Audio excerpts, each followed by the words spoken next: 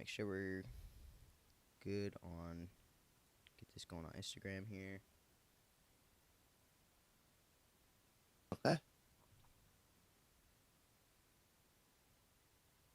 Mm-mm-mm. Oh, this is so fire. Looks good on the gram there. Excuse me. All right. Mm.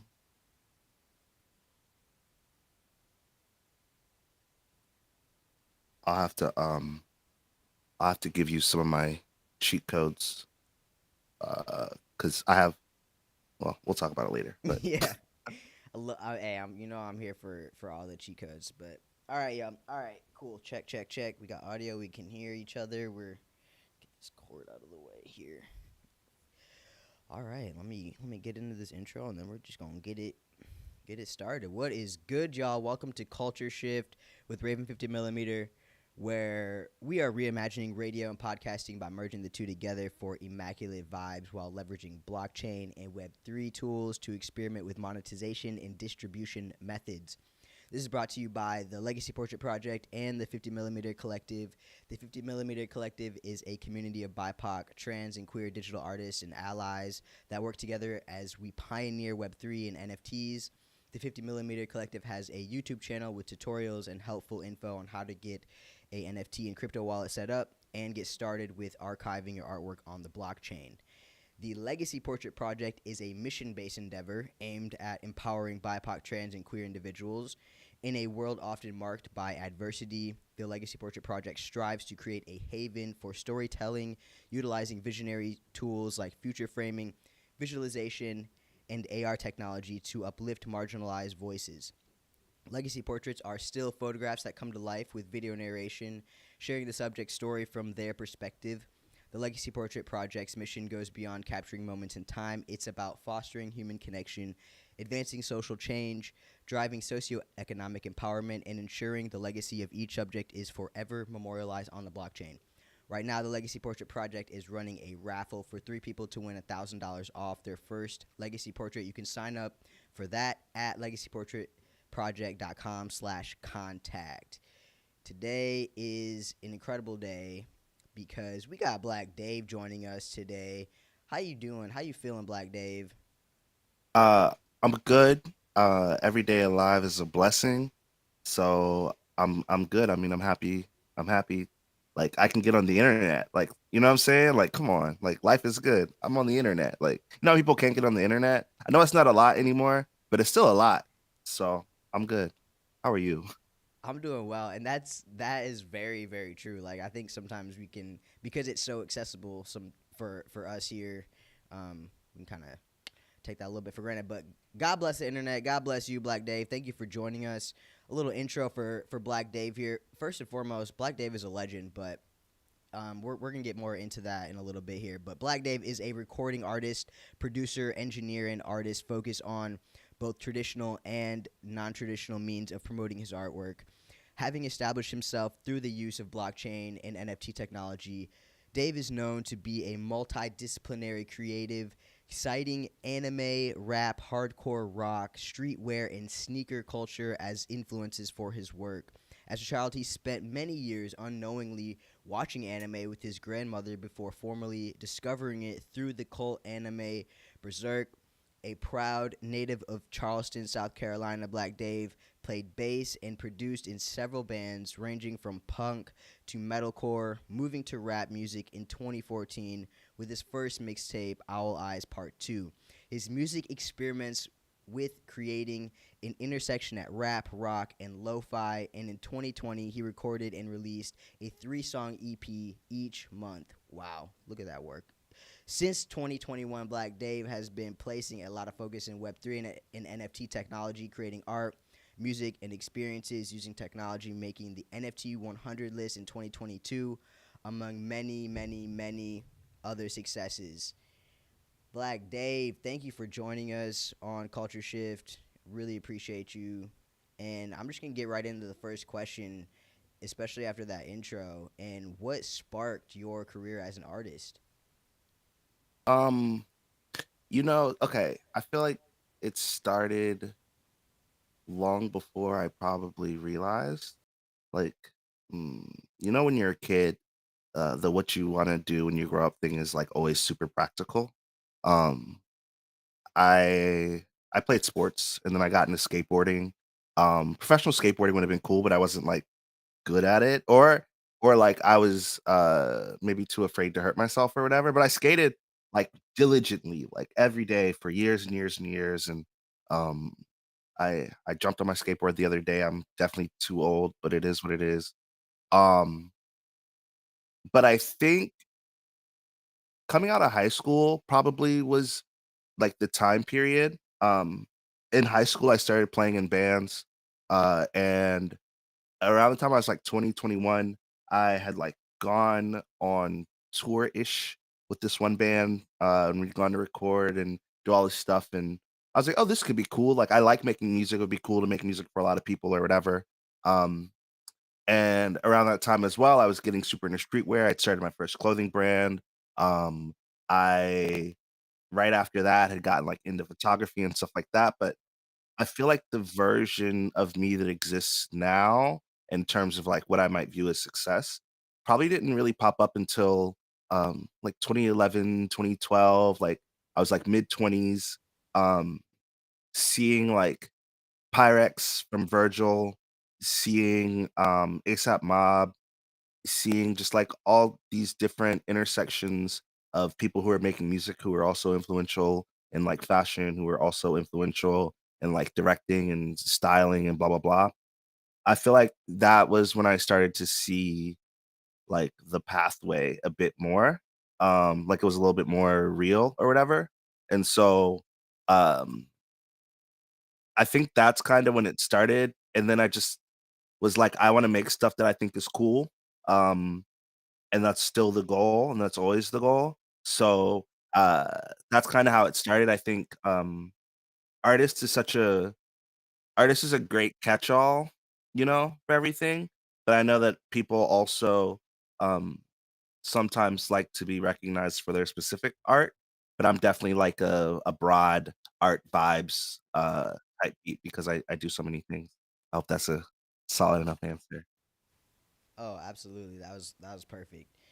Um, can you can you talk about like what are some of your, because you do a lot of exploring and creating, and that's one of my favorite things about just like how you practice is because you're so involved in so many different things, you have all of these pockets of knowledge. And are there certain aspects of your process and your creativity that draw you, that are more apparent and more, because I feel like too, as artists sometimes we got to do a lot of things out of necessity to like get our work out there and et cetera, et Mhm. cetera. So like what are your like your mediums that where you're practicing artistically, and then the things to where it's like I got to do this as a um, promotional thing, or as part of just like the career aspect, the business aspect of being an artist. So I started my first clothing brand in 2011. It was called The Comeback, with an exclamation point at the end. And it was all one word, it was all lowercase. It was like really Tumblr aesthetic vibes. And I had shot a lookbook with one of my friends, and I didn't like the lookbook. I didn't like the video, I didn't like the photos. The friend shot Um, it. You're saying yeah, the with friend shot okay, it. Yeah. okay. I didn't do all that. So that like the end of that year I bought a camera. So, well, the next year in 2012 I bought a camera and I got into photography like super heavy. And for many years, I was like, yeah, I just want to like shoot lookbooks for streetwear brands. I was really into like, there's this photographer. He's actually in Web3 somewhat. His name's Stefan Vanasco. He used to go by Van Styles. Um, and his whole thing at the time, like in streetwear culture, was he used to direct porn. And so he would shoot porn stars in streetwear. And I thought that was the coolest idea. And so what I did essentially was like just like shot hot girls in cool clothes. So it's like I would just be like, "Yo, I have this 10 Deep t-shirt. Yo, I have this Jordan jersey." My sister was a sneakerhead, so I would like take her shoes and like I would that's what I did for a few years. And then like obviously like that aesthetic became the Instagram girl or whatever. But like, before that, that's what I was doing. That was, like, my bread and butter. Like, I was making money, like, shooting photos, and I think that started out as, like, a necessity, and I had, like, a perspective that I wanted to put out because it was like, I know creatives hate this where it's like, they're on the mood board, but you don't hire them kind of vibes, but that was kind of what I just had to do because I didn't have any money, and so, I literally, like, bought, like, the base level, like DSLR camera at the time. I had a Nikon D5100. I gave it to my sister recently. Um, and yeah, that's just what I had to do. And then from there I got into video. Um, I had learned how to design my own websites. If you're my age, like millennial age, a lot of kids learned how to code from MySpace profiles. Um, and so I'm kinda of that. I wasn't really coding my own MySpace profile. I was cool with the default joint. Um, and and I learned how to do, like, graphic design from, making T-shirts and stuff. Everything I think was, like, necessary, but it felt like the more things I was able to do, the more I was able to control the vision a bit. Because I feel like everything I'm doing comes from, like, this hyper specific, like, I was inspired by this specific thing, and I really need to get that off, and if I hand that to someone else, because that's what happened, like, the first lookbook was, like, hot girls, cool clothes, and it was just, like, not the girls were hot, the clothes were cool, but the photos didn't translate that, and so, yeah, it's just I think almost every skill I have now is based out of necessity. Even like I record myself, I make a lot of my own beats, I do all the mixing and mastering, like and the other day I tweeted that like this stuff isn't designed to be a flex. It's just that, you know, it needs to get done. I edit my own videos, I take my own pictures, I edit them, like whatever. So um everything that I think was a necessity, I tried to turn into part of the art or the brand or whatever. Um, and so I think one of the biggest compliments I can receive as a creative person is when multiple mediums still speak like me. So like if someone says like, "Oh, that photo looks like you. Oh, that design looks like you. That song sounds like you," whatever. Biggest compliment is just like seeing that my single language can translate across different mediums. So, yeah. I like that. I like that. That end response of like being able to translate your style, like who is Black Dave, across like your design elements, your music, your photography. That's that's a special kind of skill, and your work does translate through that. And as it's I was going through some of your work, and um, there's always such a relevance of pop culture in like the flips in your single cover artwork, in your album cover artwork. And I'm wondering because you had mentioned anime and how that plays a heavy role in your inspiration, and we see that as a common theme throughout your artwork too.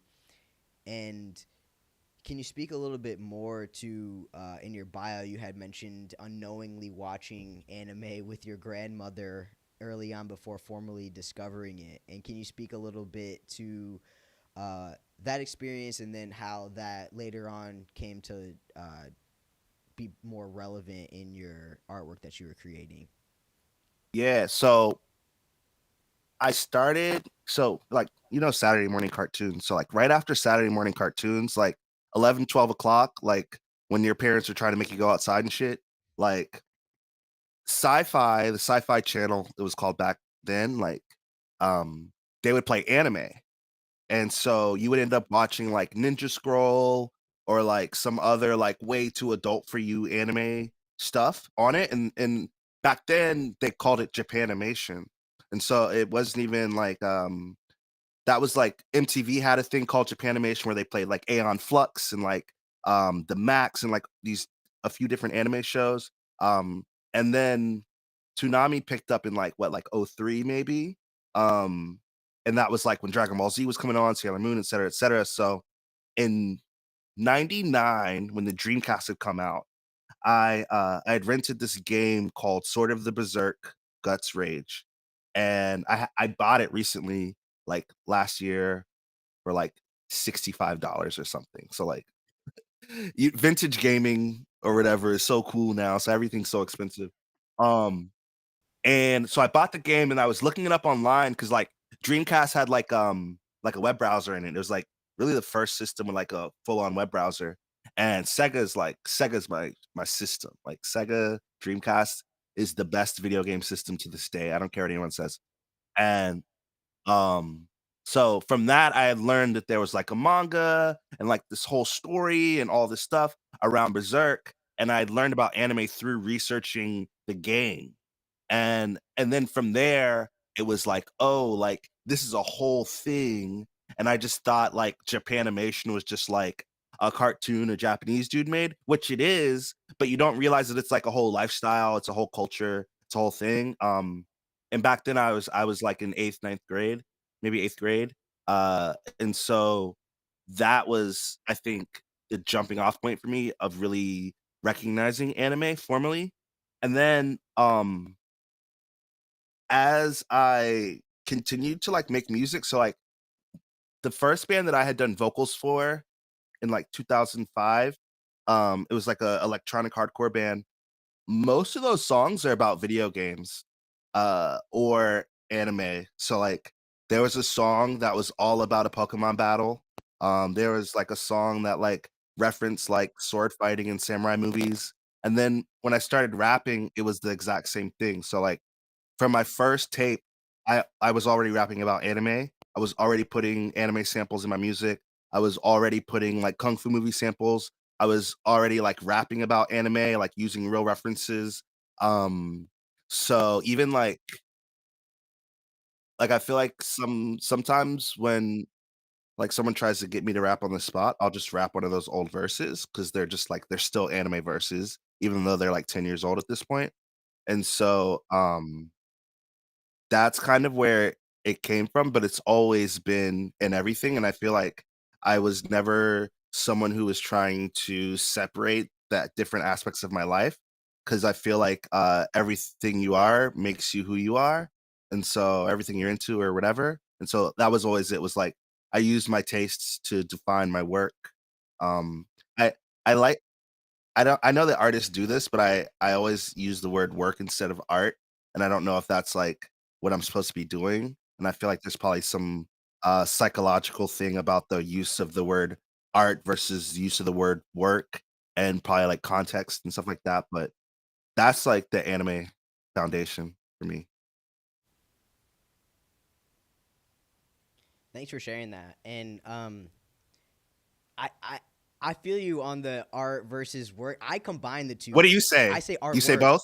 Yeah, I say You say artwork. artwork? Yeah. Oh, wow, I don't do that. I never say artwork, that's crazy. Yeah. Wow. Because I felt that kind of like same way. I was like art, but it is my work, and even though I'm having like a freaking amazing time doing all of this stuff, it's still work. And so I'm like Yeah, it's still work. I got to put that respect on it, you know what I'm saying? So I'm like artwork. And so I combine the two together. Wow. Yeah.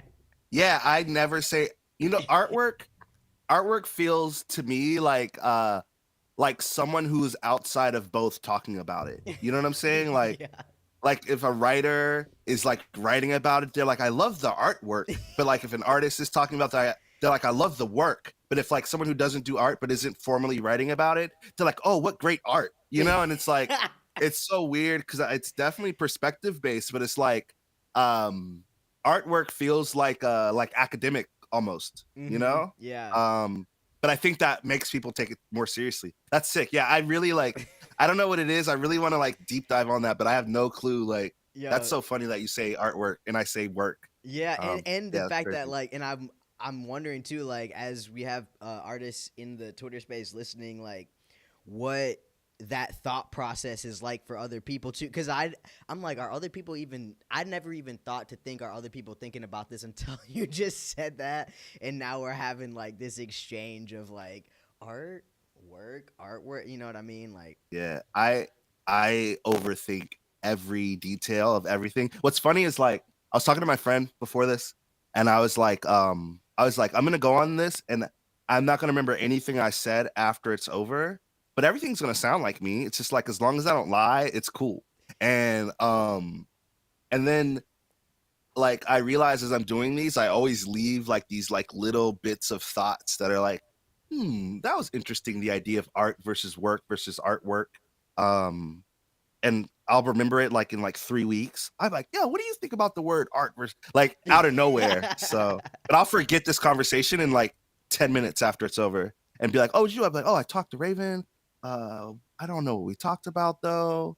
Like that's what'll happen. So that's crazy.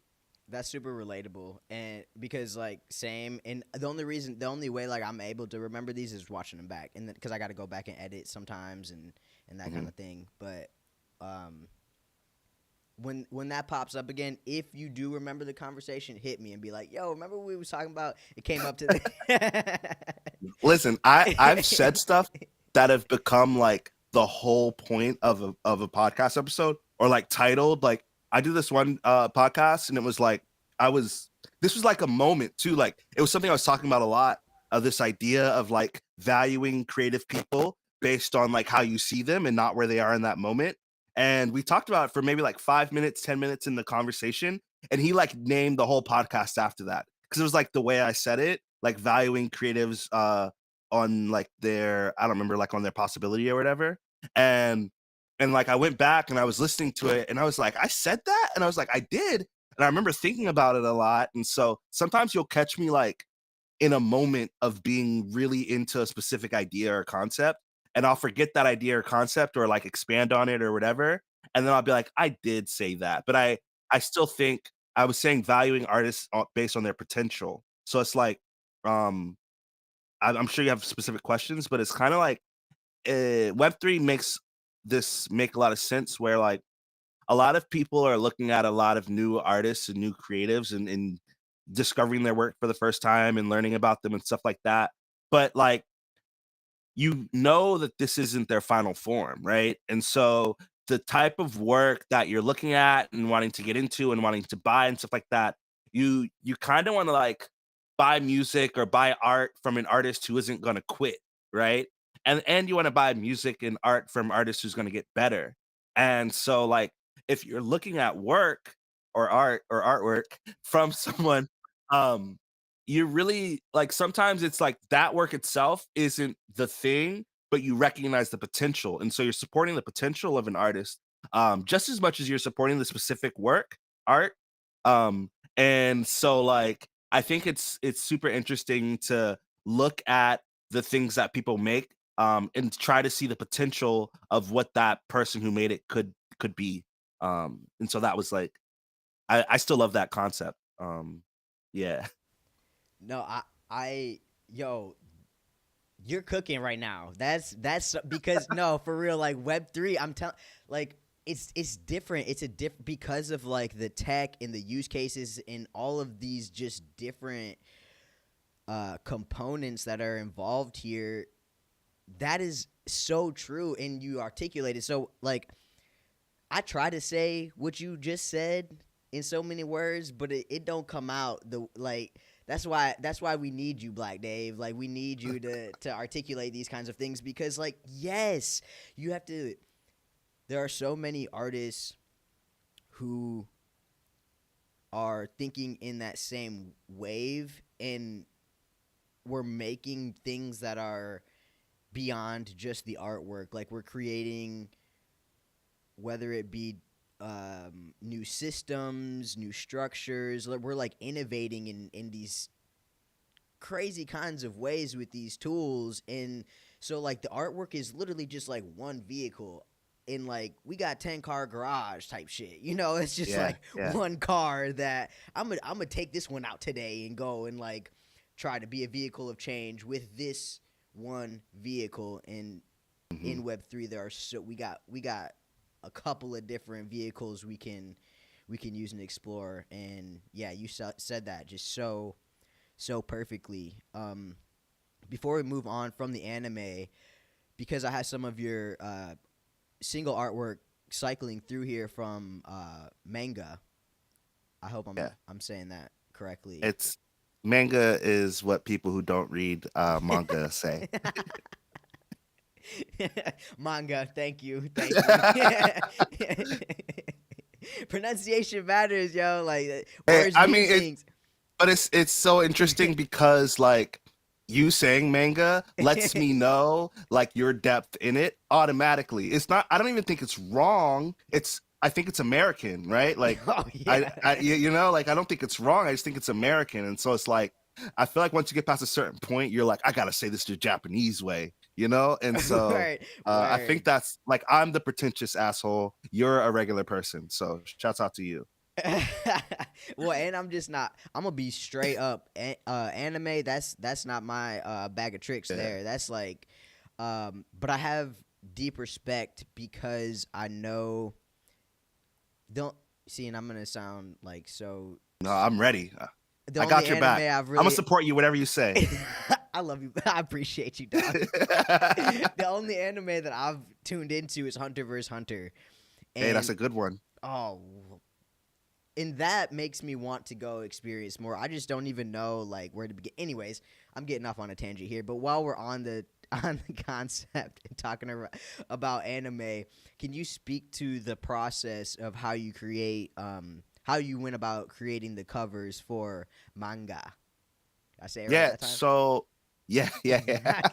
So some of them some of them are like flips, some of them are rips, some of them are like redraws, some of them are AI, some of them are all these different things. I something I picked up early on from like and this is I want to preface this is regular creative director shit, but something I picked up specifically from Kanye and Virgil was like a laptop full of images, right? And like just having folders on folders on folders of stuff.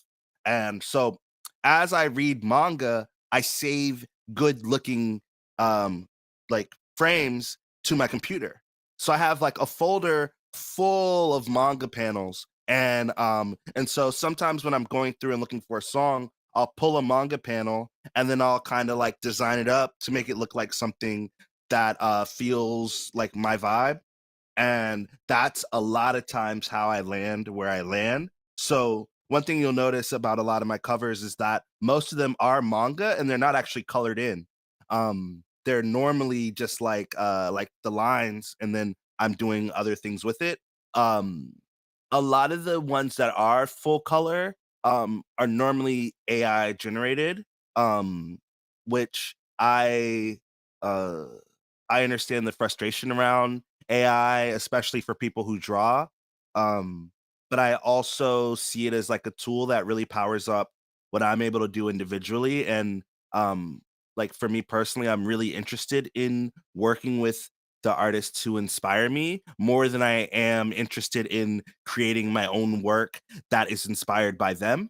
If that makes sense. Like I feel like a lot of people who like are like, oh, I'm killing like fucking Steven Spielberg with my AI video. It's like you don't want to work with Steven Spielberg instead. Like why kill him when you can like work with him? And so for me, it's like I understand that right now I can't afford, to work with Boichi or Oda or whoever, right? Like, but I can create works that inspire me that hopefully doesn't disrespect them. Um, but can still tell my story. And so for me it's a mix of different things. Definitely like I think more than anything, I think that it's curation in a sense. Obviously, some people can call it theft, some people can call it like AI bullshit or whatever, but I think about all of it as curation. I think that the reason that I have a style is because I have a specific taste. And so without my taste, I wouldn't land where I do with anything I make. Very well said. Yeah, you do have a very like I was saying, like you're and it's we have to acknowledge the fact that we can recognize your work across the blockchain, like across this new ecosystem. Like I can be scrolling or go on wherever you're minting your work and be like, yeah, that like your work would stand out. Like I'm to the point where I'm like, yup, that's Black Dave. Yup. Or like your hands are on it in some Hmm. way. And yeah, that is like that's goals. That is I feel like that's like as an artist, that's what you're striving to get towards. So then, you know, you're you're global. Like you get that you start to be recognizable without even having to like be a face. So essentially, like your work is like going beyond you Yeah, in a sense. Yeah. So yeah, I appreciate that. And it's like it seems inspired by a thought by me, or like it seems inspired by something that I may have done, the same way that like I am so inspired by things that other people have done or thoughts by other people. And so like I always say that one of my biggest goals is to like continue the story of the people who inspired me, and to like inspire kids to do whatever they want. So hopefully like if there's some kid out there especially who like is into anime and is black and hasn't been able to fully find the vehicle to like combine the two or combine that with rap music or whatever. And I know like anime is way cooler now than it was in 1999, but like that's always been the goal. We can't let like Megan the Stallion carry the whole anime torch by herself. Like I'm just as poppin'. I already got my college degree, so like, I was a little bit ahead of her. So let's go. But yeah, yeah, yeah, that's definitely a thing. yo, that's facts. There can be more than one. Let's just say that. Yes. Yes, absolutely. And there's no competition in your authenticity. So if you rolling in your authenticity, that's meant for you. That is for you. Um, I have a couple more questions here for you, Black Dave, before we start to wrap it up. This has been a super dope conversation. I really appreciate you taking the time, Of energy course. to come and join us on Culture Shift here. Um, what's something that you're currently excited about, whether it be personally, professionally, culturally? What's something that you're excited about currently? I feel like we're really stepping into the realm where the world accepts that creatives aren't just a single thing, especially rappers. Like, I was watching, the Vince Staples show just came out. Make sure you go watch that, it's genius. Um and he was talking about like the whole idea of like rappers doing more than rap, but he had gone as far back as talking about like Will Smith and Queen Latifah and like Jay-Z in business and like all these different things. I thought that was super interesting, because normally it's super hard to cross over. It doesn't make sense to regular people when you start crossing over. Um, but I feel like a lot of the doors are really getting blown off in that sense. And I think that people are interested in like not as big people doing it, right? Like Tyler the Creator today, like just announced that Louis Vuitton collection. Pharrell is the creative director over there after Virgil. You know what I'm saying? Like there's like stuff happening where being a rapper, people understand that it comes with like a series of skills that isn't just putting words on a sheet of paper, and like a series of like cultural influence and cultural understanding and taste, that is more than just writing words on a sheet of paper. The words on the sheet of paper is a result of all of the other things, right? And so I feel like we're entering that era in a really big way. I know that a lot of people aren't excited about the state of rap music broadly, like in terms of superstars and stuff like that. But I feel like a lot of creatives are stepping into themselves and doing it in a way that covers more than just music. And so I'm pumped for that as somebody who's been trying to multidiscipline his way through for the last decade or more. couple of decades, shit. And so that's like what I'm super, super pumped about. And uh I'm also like coming up on this coming up in the next like bull market, like in Web3 or whatever. Um I'm feeling ready to compete with the best of them. You know what I'm saying? And I think I always was ready, but I think that I this might be the era where I can really start to claim some of those spots. I think that a lot of people kind of shy away from like being noisily competitive or like outwardly competitive. I was in the Black Dave token chat, I was talking about how like I'm not always happy for people when they win. Like, like sometimes I'm mad because I know how fire I am. It has nothing to do with like me not being happy for them. It's just like I don't really care about what happened to you. It should have been me. Like whatever, you know? And I feel like uh not enough people can recognize that in a non-malicious way. Like um in my intro I talk about being on the NFT 100. In 2023 I didn't make the list. But everybody else who made rap music made the list. I was mad as fuck. You know what I'm saying? And so for me it's like I recognize and I'm pumped to see the homies do well, the culture do well broadly, but it should have been me. I should be there. You know, it's like I'm as good as y'all. I'm as smart as y'all. I make as good music as y'all. Like, and so sometimes like I get really, really, really excited about competing with the people at the top. And I think that my season for that is coming. Where you're talking about me in the same breath as your favorite founders in other Web3 endeavors, as opposed to just thinking that I'm a guy who talks trash on the internet about people who make NFTs and music NFTs and stuff like that. So that's like I think what I'm personally excited about is just like being able to play the game, like play in the NBA and not in the G League, right? Which the G League is I can't beat them either in basketball. So so yeah, I just that's where I'm at.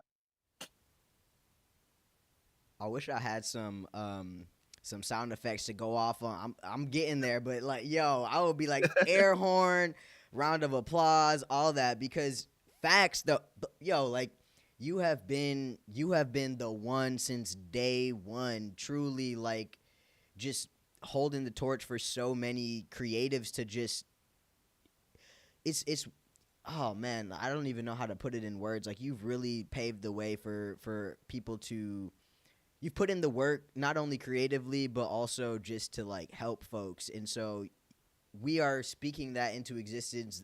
2024 is the year of Black Dave. He's coming with the best of them because he is the best of them. Like I'm excited to see that come to fruition and start to be like, go ahead and drop that list again, NFT now or whoever did that. You know what I'm saying? Like, Those are my dogs, by the way. Like yeah, I it's rock it. with them, and like I feel like too. Like I always tell people, like I know people dog NFT now just because like they're like the mainstream vibes, but like back back in 2021 when no one gave a shit about black people and NFT now was just getting started, they pulled up on us and they showed out, like they made sure they always represented what we had going on. Like I feel like obviously if you're somebody who like doesn't give a shit about identity, then which is like mostly just like white dudes or whatever, but like if you don't care about identity, then it's like obviously this looks crazy, right? Like it's Black History Month right now and it's like obviously it looks crazy. Like I've only seen two Black History Month things happen this whole month. And it's like looking at that, it's not like I'm saying it's not like I'm saying give me a job because I'm black. I'm saying give me a chance because I'm black because you weren't giving me a chance before. And I think a lot of people get caught up in this like diversity, equity, inclusion stuff that like people look at companies, they're like, look, they hired, a million bajillion black people and no white people, and now the company's going down. DEI is bullshit. I don't care. Like, I just want to be able to be like in the same room so I can show you I'm better than them or I'm as good as them or whatever. I can do the thing. And so NFT now always showed up in that way. They were like one of the first like publications really write about me. Them, like the blockchain with Sean, like very few people was really, really rocking with me, even though like I was onboarding like thousands of people in the Clubhouse era. And so it's like I I always fuck with them. It's not a knock that I didn't make the list in 2023, even though I should have.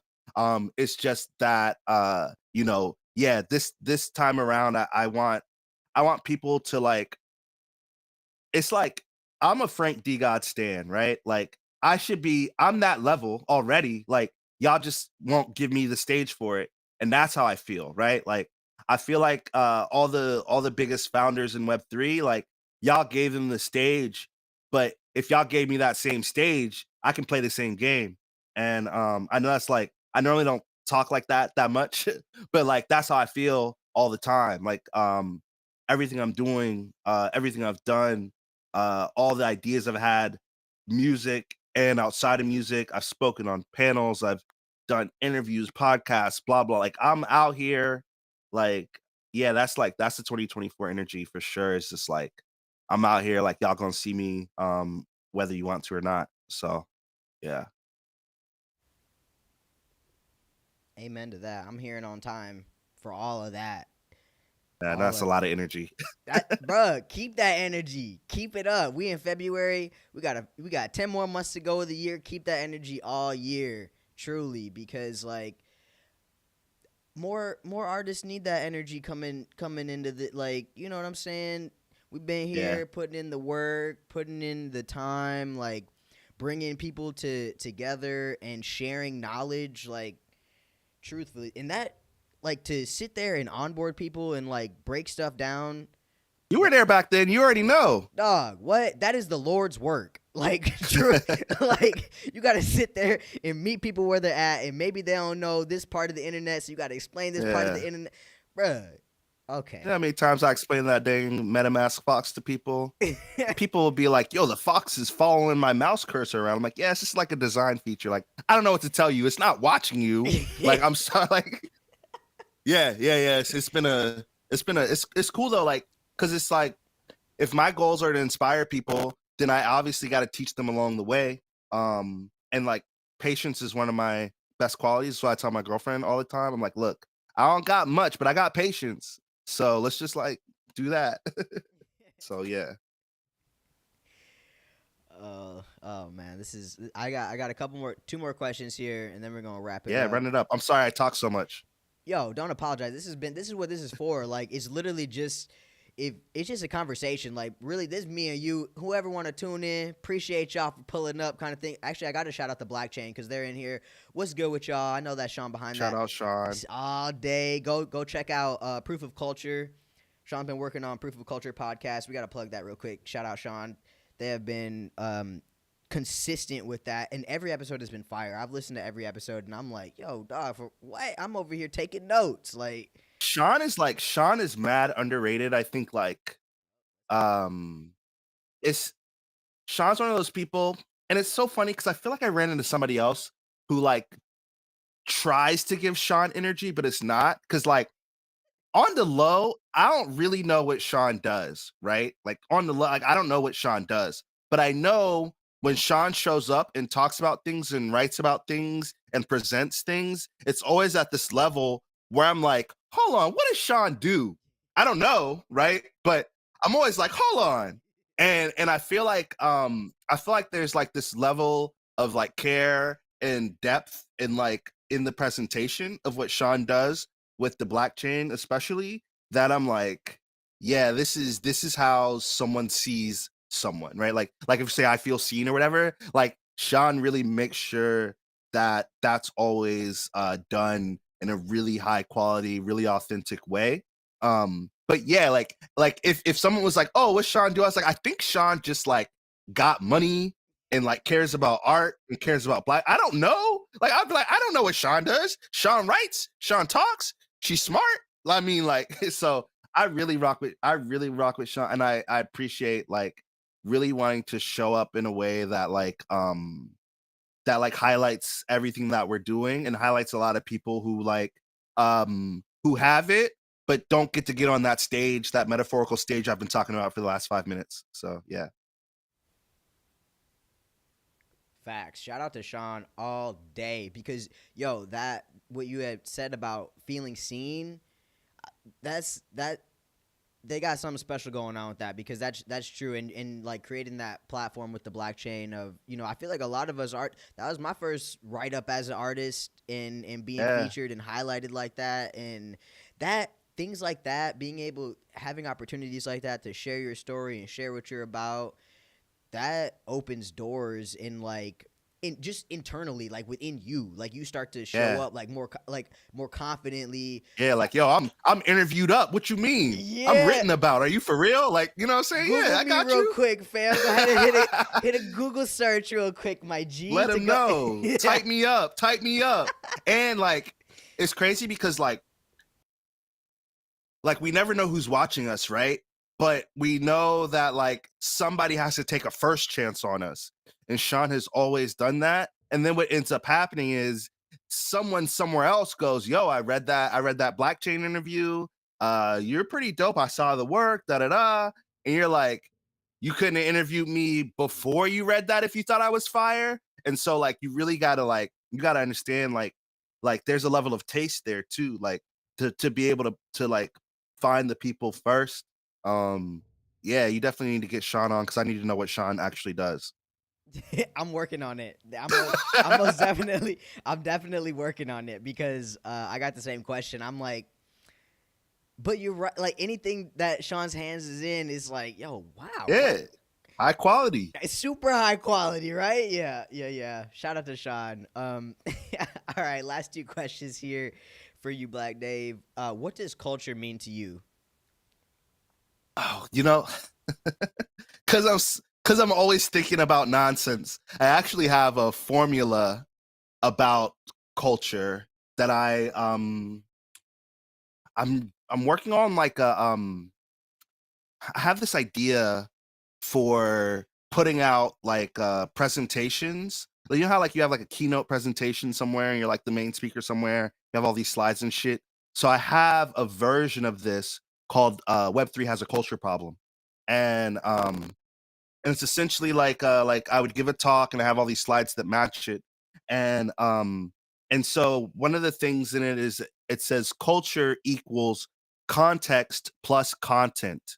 And so like if you think about that algebraically, I don't want to get too crazy, but since someone can come back and listen to it or whatever, like if you think about it algebraically, right? Culture minus context is just content. Culture minus content is just context, right? This is just like, moving to the other side of the equal sign kind of vibes, right? And and so culture has to be made at the intersection of context about a specific thing and content that can show that thing to other people. And that creates a culture, right? Because culture requires other people. And if I'm into something by myself, it doesn't matter unless there's content around it that other people can consume to get into that culture. And so I think that culture is a combination of content plus context. And that's essentially what my whole slideshow presentation speech is about, is this idea that like the first slide says like what is something that every Bored Ape Yacht Club holder likes, every single one. And there's not a thing that all of them like because it's just content, right? It's not, there's no context to it besides all of them being in the NFTs, which I guess is the context, but it's not really context, right? Like there's a million fucking NFTs. Why that one? And so, and it's like if y'all all like money, cool. But that wasn't what happened at the time. And so I think I say the same thing about CryptoPunks, kind of like I lead it with that. Like, what do all these people who have this thing have in common? And that tells me why Web3 is broken, because people aren't buying shit for the context of it. So now the content exists, the ape, but the context doesn't exist. Because like, why the fuck do I care that I want to own a thing that is about a bunch of monkeys who are so good at trading stocks that they have a yacht club? Like, that's stupid. That doesn't mean anything. Like, I'm looking at this 90cc collection right now and I don't want to go too deep, but like, what's it about? Like, who is this for? Like, I don't see anything. And so like, to me, like 90cc is content, but there's no context. there was context when it was just a black t-shirt, right? Because the context was the tech. But now that you're trying to make real clothes, you got to have real context. So, yeah, that's what culture means to me. I know that's really like academic, but it helps me a lot when I'm thinking. Yo, cook. We could have a whole separate conversation about those those three things that you just mentioned: Bored Apes, CryptoPunks, and this 90cc situation. Because same, I mean, and as people of culture, when we see these things, we have these sorts of questions of like, Yeah, immediately. ASAP. I'm Like, like, who's this for? dog, Yeah. literally. What is this? Why? Like, why that? Like, what is that? Yeah, why'd you do that? Like, yeah, you're not by yourself. I definitely like I was watching anime and stuff this morning, so I didn't want to go on like a Twitter rant before this because I hate when I have some shit going on and then I throw out a tweet that randomly becomes a banger and overrides the important thing that I said earlier that day. So like I didn't want to like go off and then people be like into it or whatever. And I it's kind of pretentious or whatever to be like, yo, I'm about to throw out a banger tweet, but like what if, right? Like, and so I'm always like, if I'm about to throw out a hard opinion, I got to make sure that like I'm not busy, you know? And so that's really what it is. Yo, to speak to that a little bit, are you familiar with the app called Yup? Yeah. Okay, I didn't. I'm new to that, and I've been on it. I be feeling the same way though. Sometimes I'm like, dang, I kind of want to throw this out there, but like I'm trying to show this artwork, this drop that I got going on, kind of. So I'll Yeah. schedule it though. I'll schedule it for like. Oh, you'll schedule the mad tweet like, yo, I'm mad right now, so y'all gonna notice in like 3 days. Yup, and I'm gonna send it out there, and it, it's not even necessarily the mad tweet, but the one that I think might be a banger and might like stir up some conversation a little bit. I'd be like, I'm gonna keep it and I'm gonna save it in the tuck, but I gotta stay focused on this right here. I gotta sell this artwork. Yo, facts, big facts. I like, I'm holding back into getting into this conversation about culture with what we were just talking about. So let me get into the. You got it. Man, the last question here for you, Black Dave. How do you define legacy, and what do you want your legacy to be? So I've been watching this anime. Oh god, what anime was it? Well, so they were talking about, and I know this isn't the exact word, but they were talking about how like someone is like legendary when they're done, there's no one who can replace them, right? Like like you're really legendary when you die or whatever, exit the scene, let's use that. But your presence hasn't been able to be replicated, right? Um I really resonate with that. I definitely want to create a presence that's really hard to replicate, but can still inspire a lot of people. I think like we think a lot about like a lot of the quote unquote greats and how we'll never be as great as them, but there are so many people pursuing that same greatness. And I appreciate that. Like Michael Jordan or like Kobe Bryant or LeBron James, right? Like a lot of people want to be the next Jordan, but to be the next Jordan, you gotta do some things. And to be the next Kobe, to be the next LeBron, you got to do some things. Like this man's, 40 playing like 18-year-old. So it's like, I'm a Lakers fan, by the way, but like, I'm not a LeBron fan. I'm a Lakers fan. I just want to make that clear. I'm a Lakers fan. I was a Lakers fan before. I'm gonna be a Lakers fan after. But like, I think for me, I'm really trying to figure out a way to like leave a stamp that can't be covered or can't be written over while also inspiring the next generation. So for me, it's really about, and it's really funny because this I feel like is part of the same legacy that the people who inspire me are putting out is like, I want people to be able to win by being themselves to the max, right? Like if you look at Pharrell and in skateboarding before it was cool and the types of beats he was making before they were cool.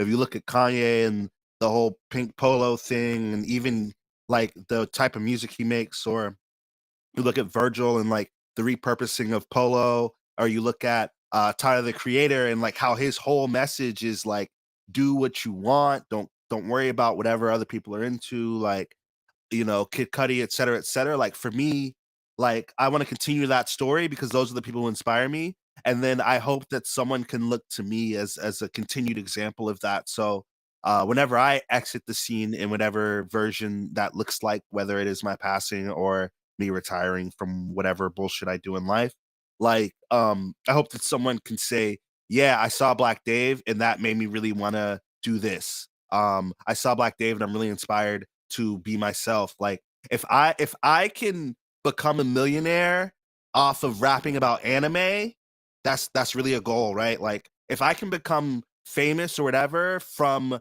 like designing clothes that have anime characters on them or whatever, anybody can do whatever the fuck they want, and that's really my goal. And so like I hope that like whenever I exit the scene, I'm just keep saying that.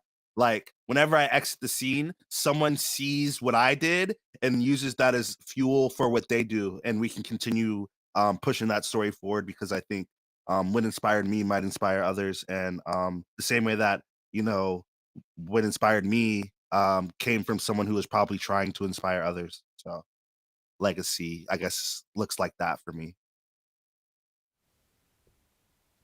I love that answer. Black Dave, you are already doing an incredible job of leaving that legacy. And thank you again for joining us here on Culture Shift.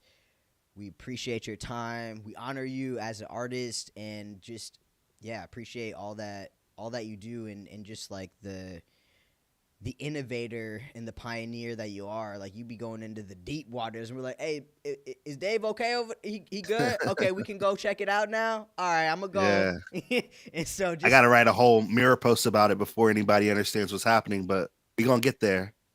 absolutely. We're already on our way. Black Dave, appreciate you, fam. Thank you all again Yes. for tuning in to Culture Shift. If you join on the live stream, we got some folks in the Twitter space. I got to shout out Natalie Crew real quick. Who else we got in here? Ragdoll, TK, Blackchain has been here for Yes. a minute. We had Boss Logic in here. We had Onaji Yeah. fam in here. Just appreciate y'all Gang for shit. Gang shit. They seriously. a lot of the Black Dave token community. I wanna shout y'all out. So shout out to y'all. Shout They're out. probably talking about me in the chat right now, but I'm trying not to look at my phone. So Yeah, go definitely go check out all of Black Dave's work. Like, yo, he be in the streets, okay? You heard it here. He be in the streets, and he's leaving his mark on the space and just in the art world in general. Thank you again. We will be back on Friday with Natalie Crew. Natalie, We got Natalie Crew let's joining. This is go. a big week. This is a big, big, big week. Oh my goodness. Glory to God. Thank you, Jesus. Seriously, man. Just like showing up and showing out. Answering the prayer one time for the one time. Thank you. All right, y'all. Thanks again for joining. And be on the lookout for this being archived on the blockchain.